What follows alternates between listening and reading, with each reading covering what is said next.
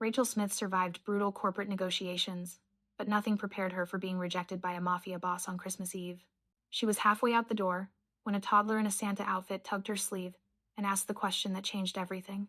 Can you Can you be be my my new new dad? dad? Snow fell thick and quiet on the streets that Christmas Eve. Twinkling lights wrapped around storefronts, and carols drifted through the cold air. Inside Bella Notte, warmth pulsed like a heartbeat. The upscale Italian restaurant glowed with holiday magic. Wreaths adorned every window, poinsettias bloomed red against white tablecloths, and golden light pooled over families sharing laughter between courses. Couples toasted each other beneath mistletoe, their faces softened by candlelight.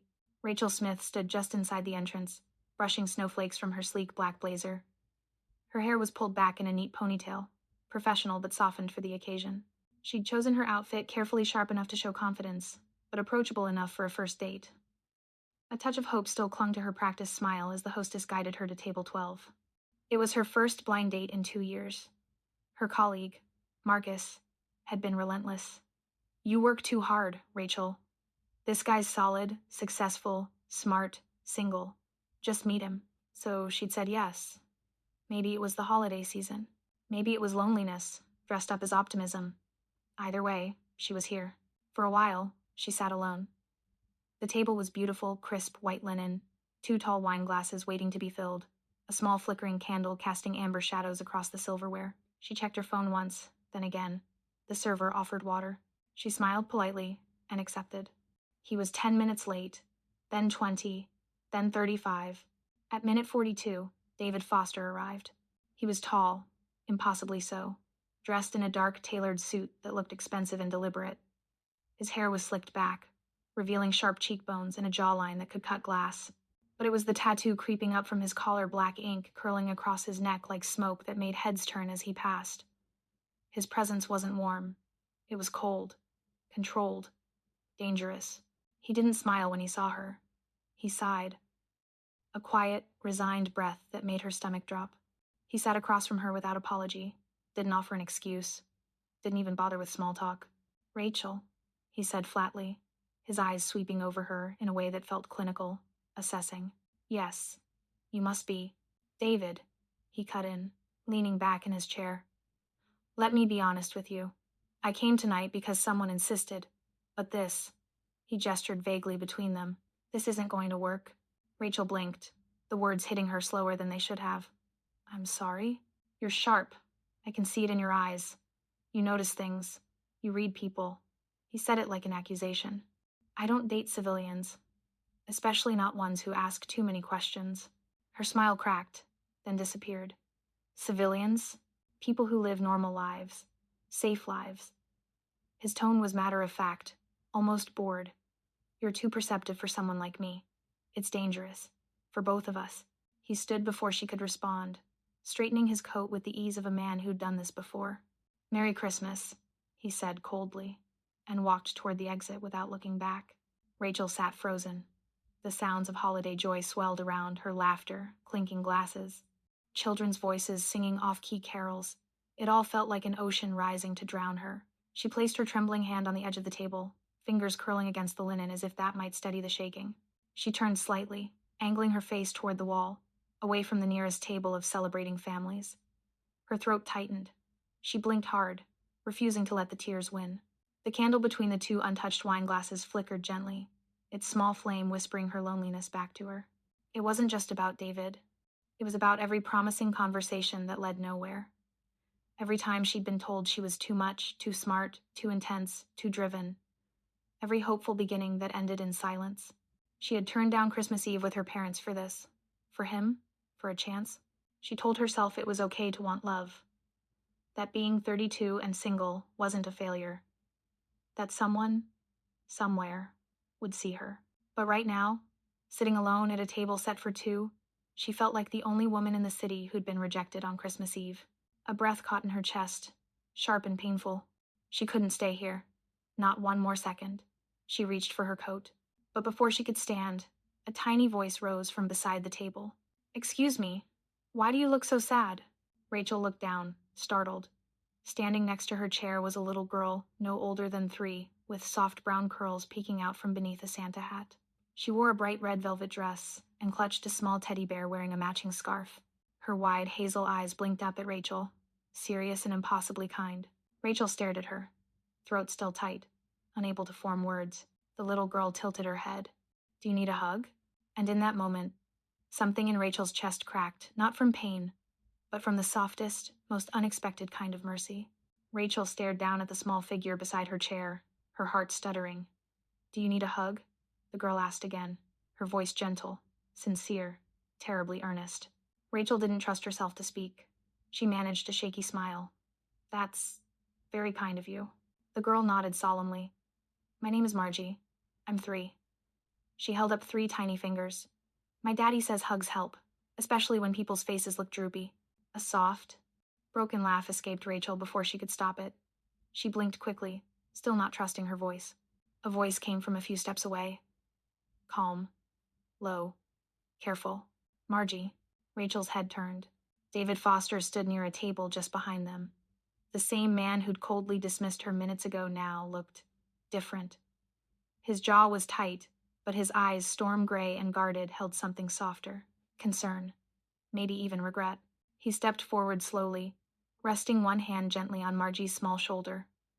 "I'm sorry," he said quietly, meeting Rachel's gaze. "She's very friendly. Doesn't quite understand boundaries yet."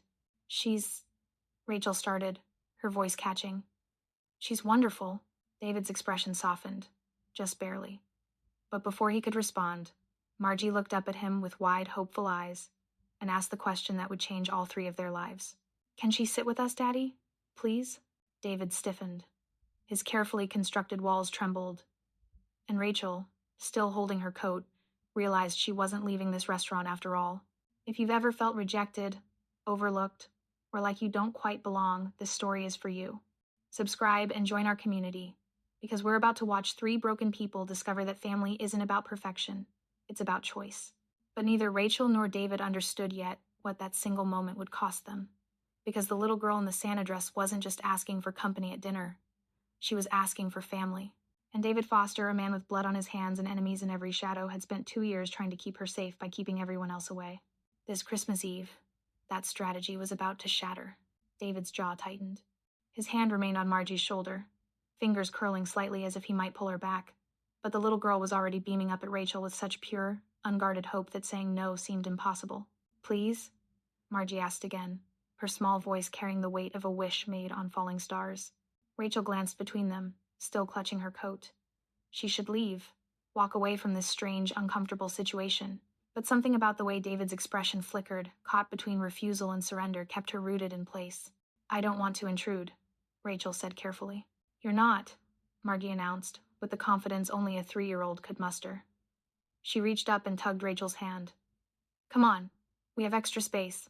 David exhaled slowly, a sound that might have been resignation or something closer to defeat.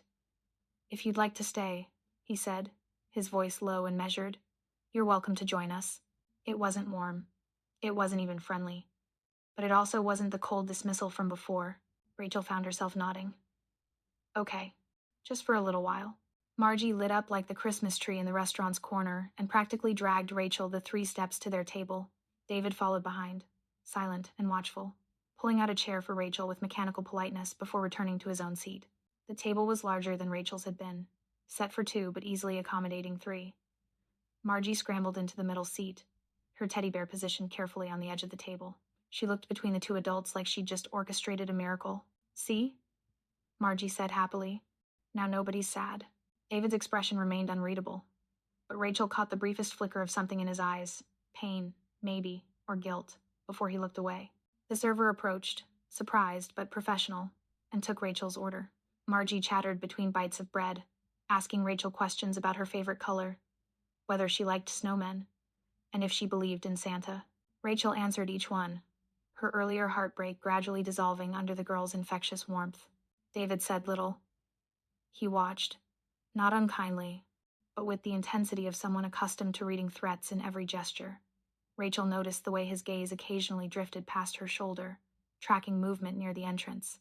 She followed his line of sight once and caught a man in a dark coat standing near the bar, arms crossed, eyes fixed on their table. Not a casual diner, a guard. She looked back at David, He was already watching her, jaw set, daring her to comment. She didn't, but she noticed the way tension lived in his shoulders, the way his hand never strayed far from his phone. She noticed the expensive watch, the perfectly tailored suit that probably cost more than her monthly rent, and the way other patrons gave their table a wide berth. David Foster wasn't just private. He was protected, and people knew to keep their distance. Miss Rachel? Margie's voice pulled her attention back. Do you like my dress? I love it, Rachel said softly. You look like a little Christmas angel.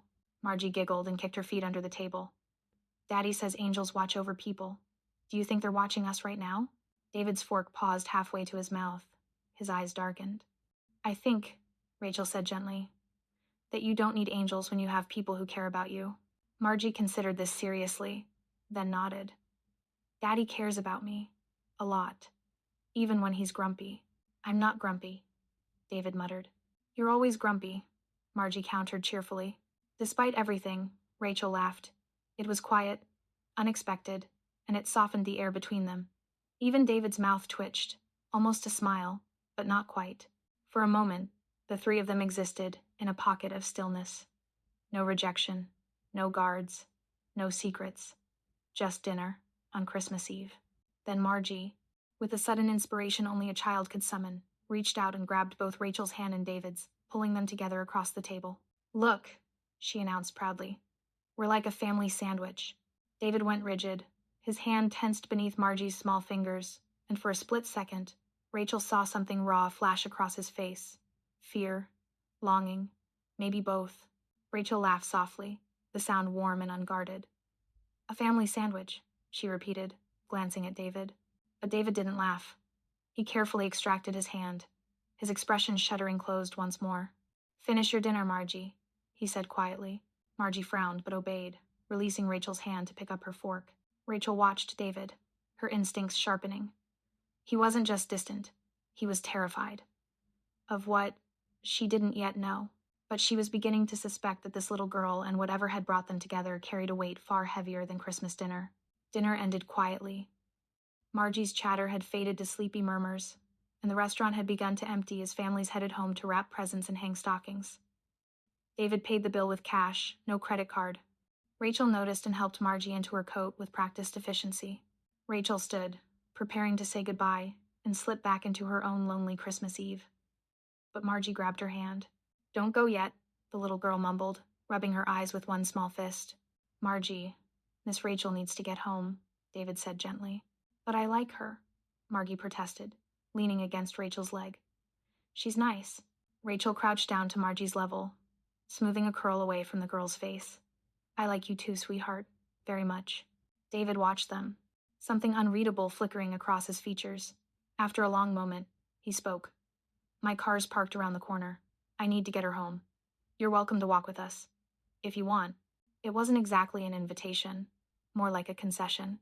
Rachel nodded. I'd like that. The cold air hit them as they stepped outside. Snow still fell in soft, lazy flakes, dusting the sidewalks and muffling the sounds of the city. Margie walked between them, holding both their hands, her teddy bear tucked under one arm. They walked in silence for half a block before Rachel spoke. She adores you. David's expression remained neutral. She's a good kid. She called you Daddy. His jaw tightened. I know. Rachel studied his profile, the hard line of his mouth, the tension in his shoulders. But she's not yours, is she? David stopped walking.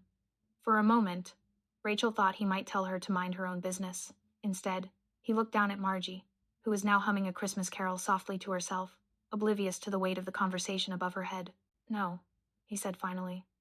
She's not. Rachel waited, sensing there was more. David exhaled slowly, his breath visible in the cold air. Her father was my best friend, Marco Martinez. He was the only person I trusted. His voice dropped. 2 years ago, there was an ambush. Cartel hit meant for me. Marco stepped in front of the bullets. Rachel's chest tightened. I'm so sorry. Her mother died during childbirth. Marco was all she had. And when he died, David's hands curled into fists at his sides. I promised him I'd keep her safe, so I took her. No legal adoption, no paper trail. Just hiding her from everyone who might use her to get to me. That's why the guards, Rachel said quietly. David nodded. I can't let anyone know about her. Can't let her become a target. He finally looked at Rachel, his gray eyes heavy with grief and something darker. That's why I tried to push you away. You're perceptive. You see things. That makes you dangerous. Dangerous to who? To yourself, he said bluntly. To her. Anyone close to me becomes a liability. Rachel absorbed this, processing the confession. She looked down at Margie, who was starting to drag her feet, exhaustion winning over excitement. She needs stability, Rachel said softly. Not just protection. I know, David admitted, and for the first time, she heard the exhaustion in his voice. But I don't know how to give her both. They reached a black SUV parked beneath a streetlight. David unlocked it, and Rachel helped lift Margie into the car seat. The little girl's eyes were already closing, her head lolling to one side. Sweet dreams, Margie, Rachel whispered, tucking the teddy bear beside her. Margie's hand caught Rachel's sleeve. Will you come see me again? Rachel glanced at David, who stood rigid beside the open door, his expression conflicted. We'll see, Rachel said gently, brushing a kiss against Margie's forehead. The little girl smiled sleepily and settled into her seat. Within seconds, she was asleep. David closed the door carefully, then turned to face Rachel. The snow fell between them, soft and relentless, and for a moment, neither spoke. Thank you, he said finally, for tonight, for being kind to her. Rachel nodded. She's easy to love. Something flickered in David's eyes, pain, longing, fear all tangled together. He stepped closer, his voice dropping to barely above a whisper. You shouldn't come near us again. But even as he said it, his eyes told a different story.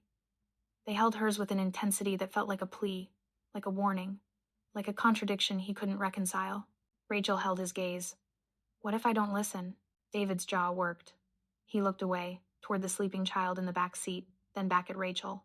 Then you're braver than you should be, he said quietly. He climbed into the driver's seat without another word. The SUV pulled away from the curb, taillights glowing red against the white snow, leaving Rachel standing alone on the sidewalk. But she wasn't thinking about the cold. She was thinking about a little girl who asked for hugs and a man who carried the weight of ghosts. And she was wondering if walking away was even possible anymore. David just laid his soul bare in the falling snow. Will Rachel walk away from the danger or walk straight into it? If you're as invested in this family as I am, smash that subscribe button, because the next twist will change everything. Rachel didn't walk away. Over the next 3 weeks, she became a fixture in Margie's life.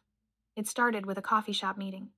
David's idea, surprisingly, delivered via a terse text message. Then a trip to the Children's Museum. Then, Saturday morning pancakes at a diner where Margie insisted on sitting between them, creating what she called their family booth. David remained guarded, but Rachel noticed the cracks. The way he watched her read bedtime stories to Margie, his expression softening around the edges. The way he texted her when Margie had a nightmare and asked for Miss Rachel. The way he stayed a moment longer each time she said goodbye, as if fighting an invisible pull to ask her to stay.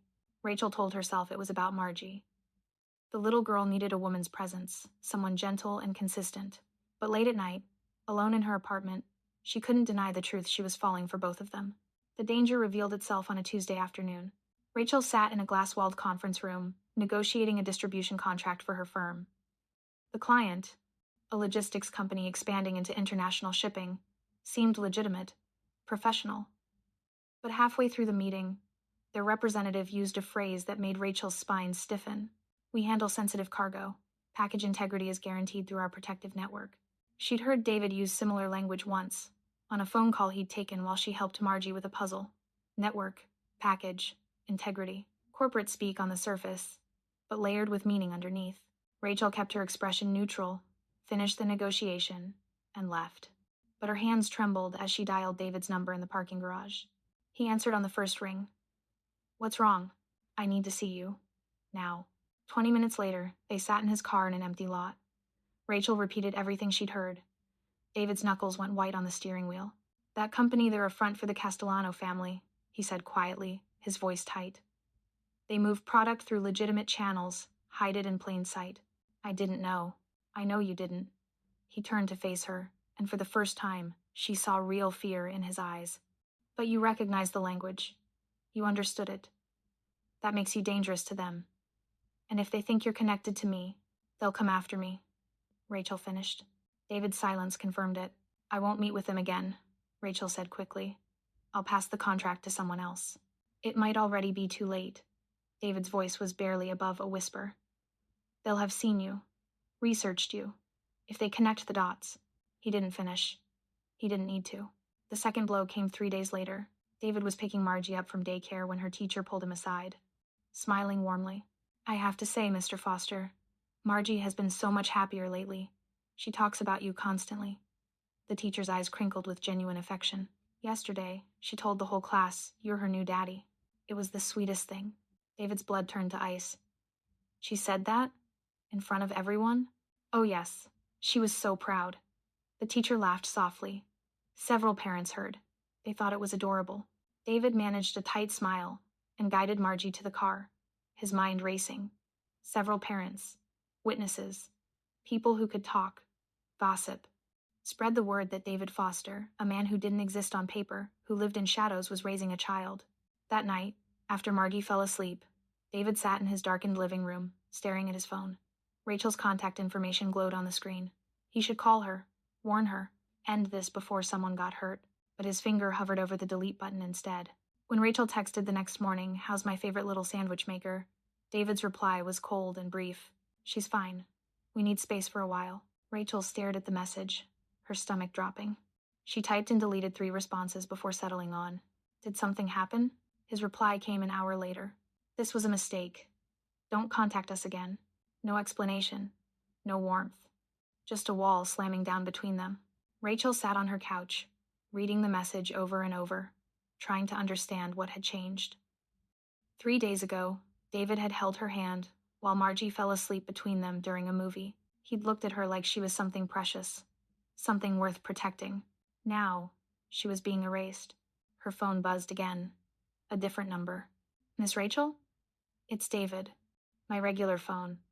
I'm sorry. I have to keep you away from her. From us. It's not safe anymore. Please understand. Rachel's hands shook as she typed back. What happened? But the message never delivered. The number was already disconnected. She called the daycare, claiming she needed to drop something off for Margie. The receptionist's voice was apologetic. Oh, I'm sorry. Margie Martinez was withdrawn yesterday. No forwarding information. Rachel set down her phone, her chest hollow. They were gone. Rachel didn't fight the silence. For 3 days, she stared at her phone, willing it to ring.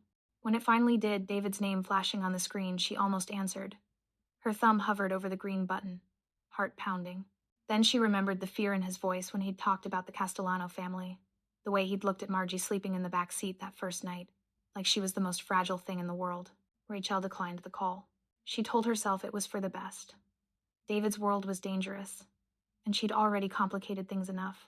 Her corporate instincts, the same sharp perception he'd warned her about, had made her a liability.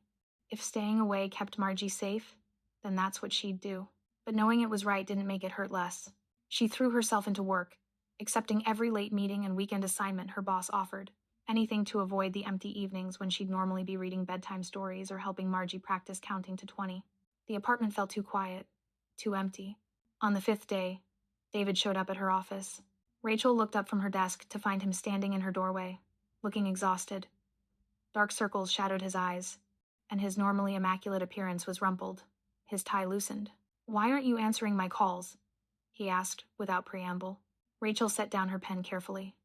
I thought you wanted space. I said we needed space. Not that you should disappear completely. His jaw tightened. Margie's been asking for you. Every night. She cries herself to sleep. The words hit Rachel like a physical blow. David, she made you something. He pulled a folded piece of construction paper from his coat pocket and set it on her desk. She wanted me to give it to you.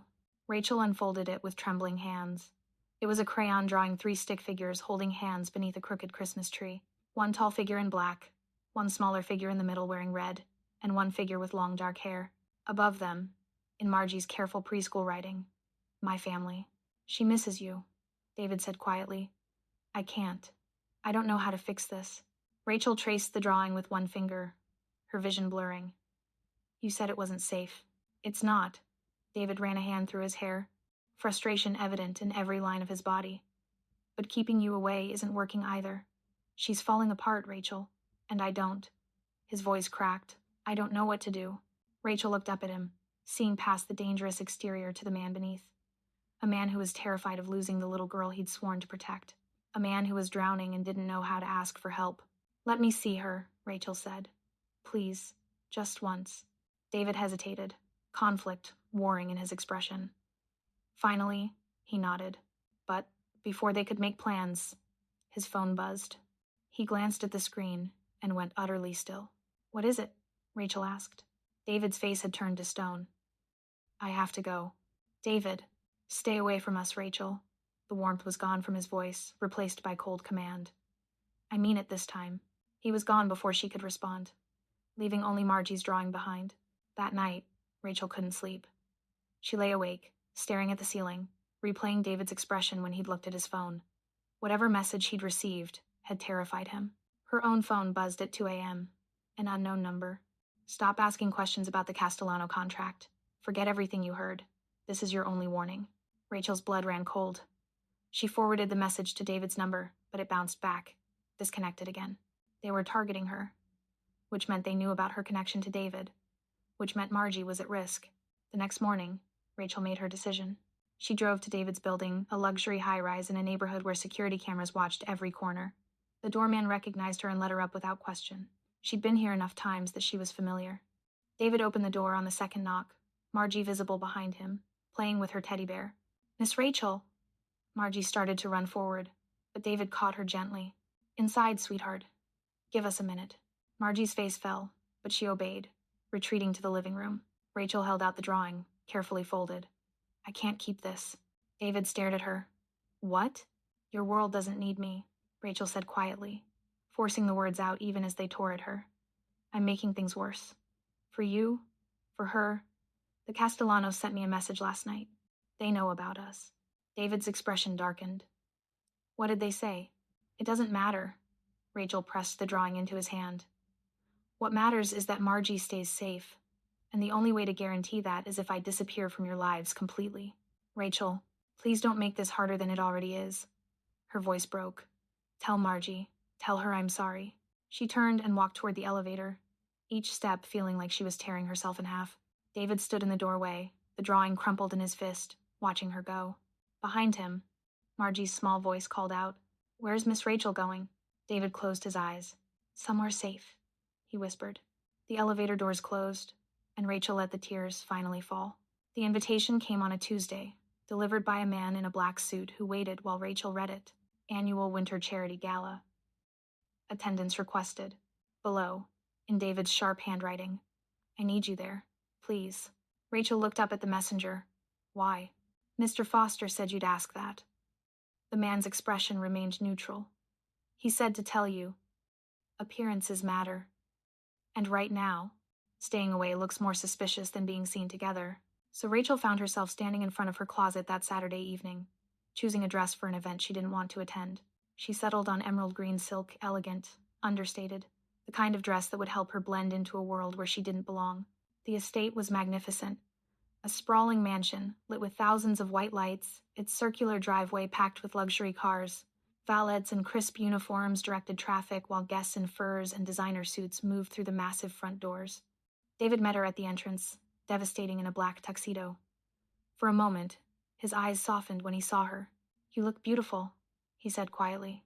"Don't," Rachel replied, keeping her voice steady. "You made it clear this is business." Something flickered across his face, regret, maybe, but he simply offered his arm. "Stay close to me. Don't talk to anyone unless I introduce you first." The ballroom was stunning. Crystal chandeliers cast golden light over marble floors, and a string quartet played in the corner. But beneath the elegance, Rachel felt the undercurrent of danger. Men in expensive suits spoke in low voices, their eyes constantly scanning. Women dripped with jewelry that could fund a small country, their smiles sharp as knives. David kept her at his side but maintained careful distance. No hand-holding, no intimate touches. When people approached, he introduced her as a business associate, with a tone that discouraged further questions. Rachel felt like a prop, a decoration brought out to serve a purpose. Margie was there too, staying close to a woman David had hired for the evening, someone he trusted to watch her. The little girl wore a white velvet dress with a red sash, her hair pulled back with a matching bow. When she spotted Rachel, her face lit up. "Miss Rachel." She started to run forward. but her caretaker caught her hand. David stiffened. "Keep her away from the main floor," he instructed the woman quietly. But Margie was determined. She slipped free during a moment of distraction and ran straight toward them, weaving between guests with the single-minded focus only a child could have. "Daddy David!" she called out, her voice carrying across the marble floor. Rachel's stomach dropped. David went pale. Margie reached them, just as a group of men turned at the sound of her voice. 4 of them, all in dark suits, all with the same predatory awareness that marked David's world. Rachel recognized one from a photo David had shown her weeks ago, Vincent Castellano. "This is my daddy David," Margie announced proudly, grabbing David's hand.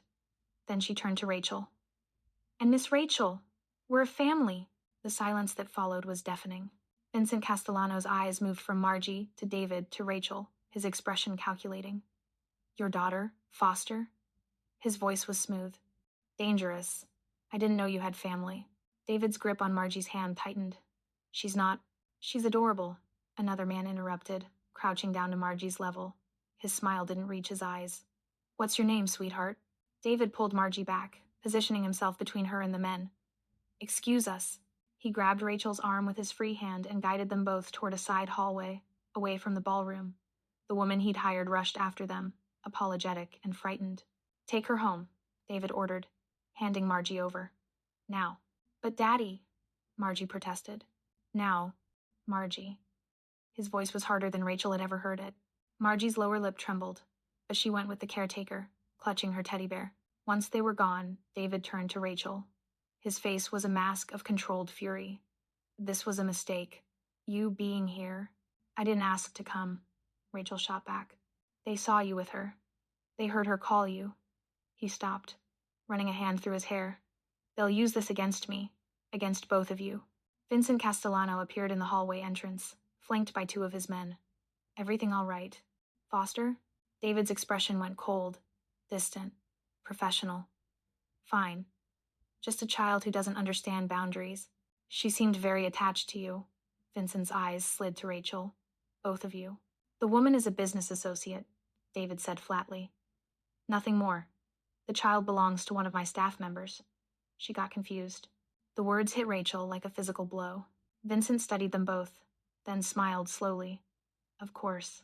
My mistake." He turned and walked away, but his laughter echoed down the hallway. Rachel stared at David. "A business associate? Rachel, you just denied everything. Margie, me, all of it." Her voice shook with rage and hurt. "Was any of it real? Or was I just another piece on your chessboard?" "I had to," David said urgently. "If they think you matter to me, I don't matter to you." Rachel stepped back. "You made that perfectly clear." She turned and walked toward the exit, her heels clicking against marble. "Rachel, wait." But she didn't stop. She pushed through the front doors into the cold night air, hailed the first available car, and left. David stood in the hallway, alone, watching her disappear, and for the first time in 2 years, he wondered if protecting Margie meant losing everything else worth protecting. Rachel spent the next 3 days in self-imposed isolation. She called in sick to work, ignored her phone, and existed in the numb space between anger and heartbreak. The emerald dress hung in her closet like an accusation. A business associate. The words played on repeat in her mind. She'd been foolish to think a man like David Foster could let anyone truly close. His world didn't allow for love-only strategy, survival, and sacrifice. On the 4th day, her doorbell rang. Rachel almost didn't answer, but something instinct, maybe, or hope she couldn't quite kill made her look through the peephole. Margie stood in the hallway, holding her teddy bear in one hand and a piece of paper in the other. The woman David had hired stood behind her, looking apologetic and nervous. Rachel yanked open the door. "What are you doing here?" she insisted, the woman said quickly. "She wouldn't stop crying until I brought her. Mr. Foster doesn't know. I made you something," Margie interrupted, holding up the paper with both hands now. The teddy bear tucked under her arm. Her eyes were red-rimmed, like she'd been crying recently. "I wanted to give it to you myself." Rachel crouched down, her throat already tightening. "Margie, sweetheart, please look at it," Margie whispered. Rachel took the drawing with trembling hands. It was done in crayon, the lines wobbly but deliberate. 3 figures holding hands beneath what looked like a Christmas tree with a crooked star on top. One tall figure in black, one small figure in red in the middle, one figure with long dark hair in green. Above them, in Margie's careful letters, "My family." Me, Daddy David, and Rachel. At the bottom, in smaller writing, as if added later, please don't go. Something broke inside Rachel's chest. She pulled Margie into her arms, burying her face in the little girl's hair, as tears finally came hot. Helpless tears she'd been holding back for days. I miss you, Margie said against her shoulder. Daddy's sad too. He doesn't smile anymore. Oh, sweetheart, Rachel's voice cracked. It's complicated. That's what Daddy says. Margie pulled back, her small hands framing Rachel's face with surprising gentleness. But I don't understand. If we all love each other, why can't we be together? The woman in the hallway cleared her throat. We should go. If Mr. Foster finds out, wait. A voice came from the stairwell. David appeared, climbing the last few steps. He looked exhausted, his shirt untucked, no tie, his coat covered in melting snow. In his hands, he carried something folded emerald green silk. Rachel's scarf, the one she'd dropped running out of the gala. You left this, David said quietly, stopping a few feet away. His eyes found Margie. And you were supposed to stay in the car. I wanted to see Miss Rachel, Margie said stubbornly. David's expression softened. He looked at Rachel, at the drawing still clutched in her hands, at the tears on her face. Something in his carefully constructed armor cracked. I had it cleaned, he said, offering the scarf. I was going to return it. I kept finding reasons not to. Rachel took it slowly. The fabric was soft, perfectly folded, and tucked inside was a small card in David's handwriting. I'm sorry. For everything. Why are you here? Rachel asked, her voice barely above a whisper. David glanced at the caretaker. Take Margie downstairs. Give us 5 minutes. But Margie started. 5 minutes, David repeated gently. Then we'll figure this out. I promise. Margie studied his face, then nodded. She gave Rachel one last hug before taking the woman's hand and disappearing down the stairs. Once they were alone, David stepped closer. I lied at the gala. I know. Not just to them. To myself. He ran a hand through his hair. Frustrated. I thought pushing you away would keep you safe. Keep her safe. But all I've done is hurt both of you. His voice dropped. I've been terrified of attachment since Marco died. Terrified that anyone I love becomes a target. So you deny caring about anyone at all, Rachel finished. It's worked for 2 years. David's gray eyes met hers, raw and honest.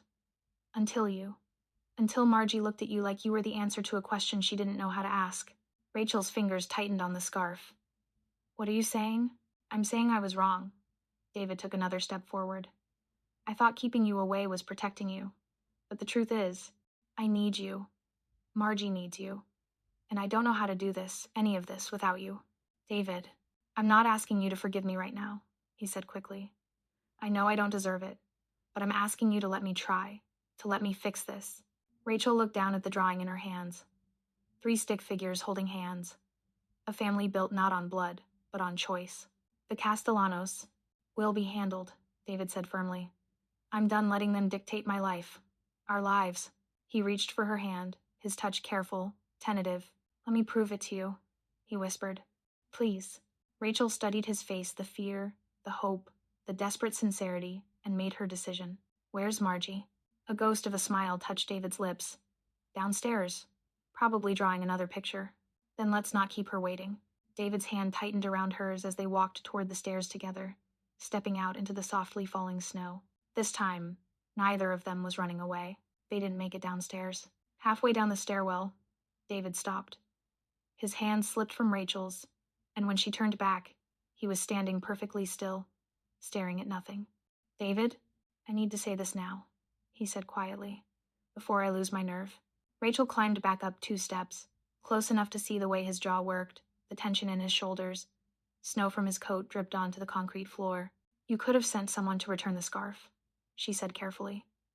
You didn't have to come yourself. I know. His eyes finally met hers. But I needed to see you. I needed you to see me, he gestured to himself. To the disheveled appearance, the lack of guards, the vulnerability he usually kept locked away. Like this, without the armor. Why? David took a shaky breath. Because 2 years ago, I watched my best friend die in my arms. He took 3 bullets meant for me, and as he was dying, he made me promise to take care of Margie, to keep her safe no matter what. Rachel's throat tightened, but she stayed silent. I've spent every day since then terrified.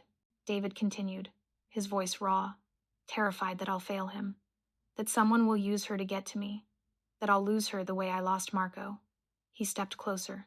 So I built walls, cut everyone out, convinced myself that isolation was protection. It's not, Rachel said softly. I know that now. David's hand lifted, hovering near her face before dropping back to his side. Because the one time I let someone in, the one time Margie chose someone for herself, I destroyed it. I stood in that ballroom and denied everything that mattered because I was scared. You were trying to protect us. No. His voice was fierce now. I was trying to protect myself. From attachment. From loss. From the possibility that I might care about someone enough to be destroyed when they're taken from me. Rachel studied his face, seeing past the fear to the grief beneath. You think loving people makes you weak. I thought it made me vulnerable. David's eyes glistened. But losing you, Rachel, watching you walk away from that gala, that's when I realized the truth. I was scared of losing you, but pushing you away? That destroyed me just as completely. Maybe more, because I did it to myself. The confession hung between them, heavy with meaning. I was scared too, Rachel admitted. Scared that I was just complicating your life, that Margie would be safer without me. She's not. David's voice broke. Neither am I. You hurt me, David. Rachel's words were gentle but firm. At the gala, when you called me a business associate, when you denied everything, it felt like I was nothing to you. You were everything, he whispered. That's why I lied. The Castellanos, if they knew how much you meant to me, meant to Margie. He stopped collecting himself, but I was wrong. Lying didn't protect you. It just hurt you. And I'm so damn sorry. Rachel watched him. This dangerous man, who'd finally stripped away every defense, standing before her in a concrete stairwell with snow melting into his clothes. Say it again, she said quietly. David blinked. What?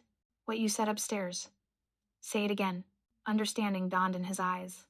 He stepped closer, close enough that she could feel the cold radiating from his coat, see the slight tremor in his hands.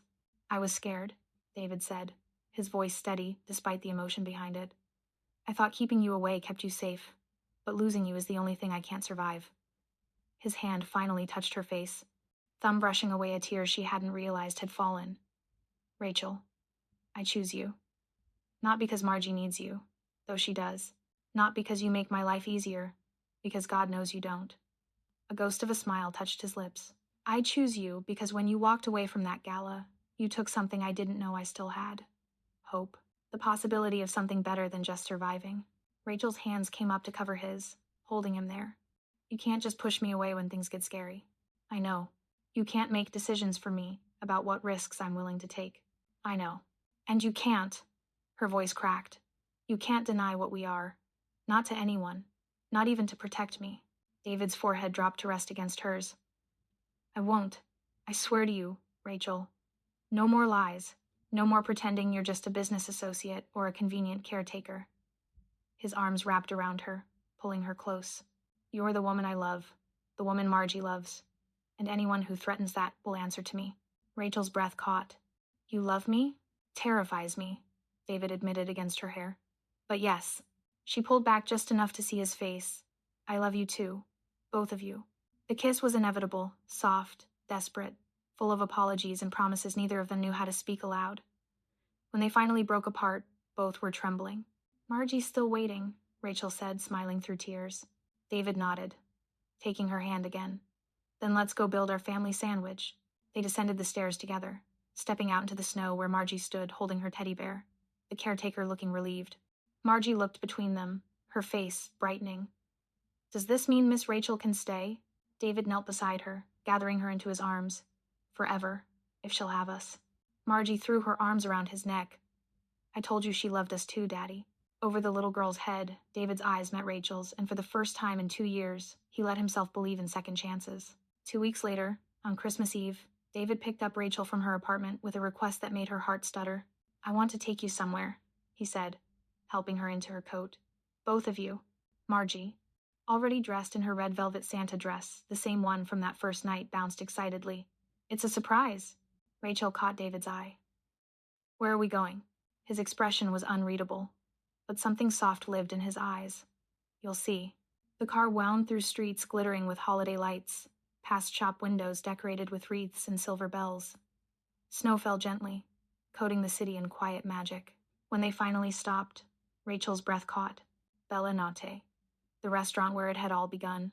David, trust me, he said quietly, offering his hand. Inside, the restaurant glowed exactly as it had that first night.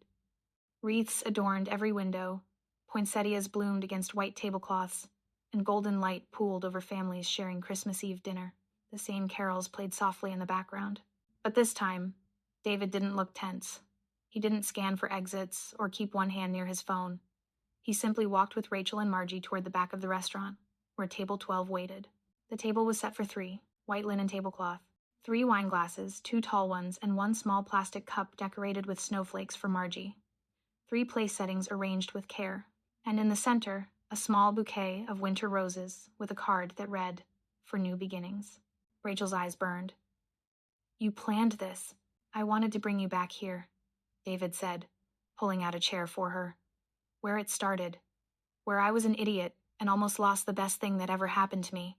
Margie climbed into the middle seat, positioning her teddy bear on the table's edge. "This is where I met Miss Rachel." "It is?" David agreed, settling into his own chair.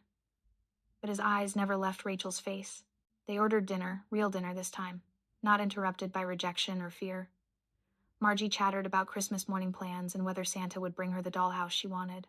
David listened, interjecting with gentle teasing that made the little girl giggle. Rachel watched them both, her heart so full it ached. This was what family looked like. Not perfect, not without complications, but real. Halfway through dessert, Margie set down her fork and turned to David with sudden seriousness. "Daddy, David?" He looked at her, attention fully present. "Yes, sweetheart?" Margie glanced at Rachel, then back at David. Her small face was solemn, thoughtful, as if she'd been considering something important for a very long time. "Remember when I asked you before if Miss Rachel could sit with us?" David's expression softened. "I remember. And then I asked if she could be my new dad?" Margie's lips quirked into a small smile. "But that was silly. She's a lady."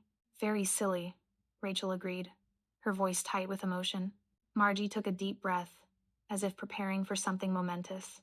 Then she looked directly at David and asked, "Do you want to be my new dad now?" "For real?" The restaurant seemed to fade away. The conversations at other tables, the clinking of silverware, the soft carols, all of it disappeared into background noise. David went very still. His gray eyes glistened, and when he spoke, his voice was rough with emotion. "Margie, because you take care of me," Margie continued, as if she'd rehearsed this. "And you read me stories, and you make sure I'm safe, and you love Miss Rachel. So that means we're really a family now, right?" David slid from his chair, kneeling beside Margie so they were eye to eye. His large hands framed her small face with impossible gentleness. "I've been waiting for you to ask," he whispered. "Yes, Margie, I want to be your dad. I've wanted that since the day I promised your father I'd keep you safe, but I didn't know if I was good enough, if I could be what you needed." "You're the best, Daddy," Margie said simply, throwing her arms around his neck. David pulled her close, his shoulders shaking slightly. When he finally looked up, his eyes found Rachel's across the table. She was crying openly now, not bothering to hide the tears streaming down her face. David stood, lifting Margie with him, and reached for Rachel's hand. She took it, standing to join them. The 3 of them stood there, in the middle of Bella Notte, holding each other as Christmas lights twinkled in the windows behind them. "We're a family sandwich," Margie announced, squished happily between them. David laughed, a real laugh, full and unguarded. "Yes, we are." "Forever?" Margie asked, her voice muffled against David's shoulder. "Forever," Rachel promised, her hand tight in David's. David looked at them both, this little girl who'd chosen him, this woman who'd refused to give up on him and felt something he hadn't felt in 2 years. Peace. That moment when David said, "I've been waiting for you to ask, did you feel it? If this story moved you, you're part of our family now." Subscribe, and welcome home. Comment below with a heart if you believe in second chances, because I want to hear from you. They sat back down, finishing their desserts while Margie planned their Christmas morning.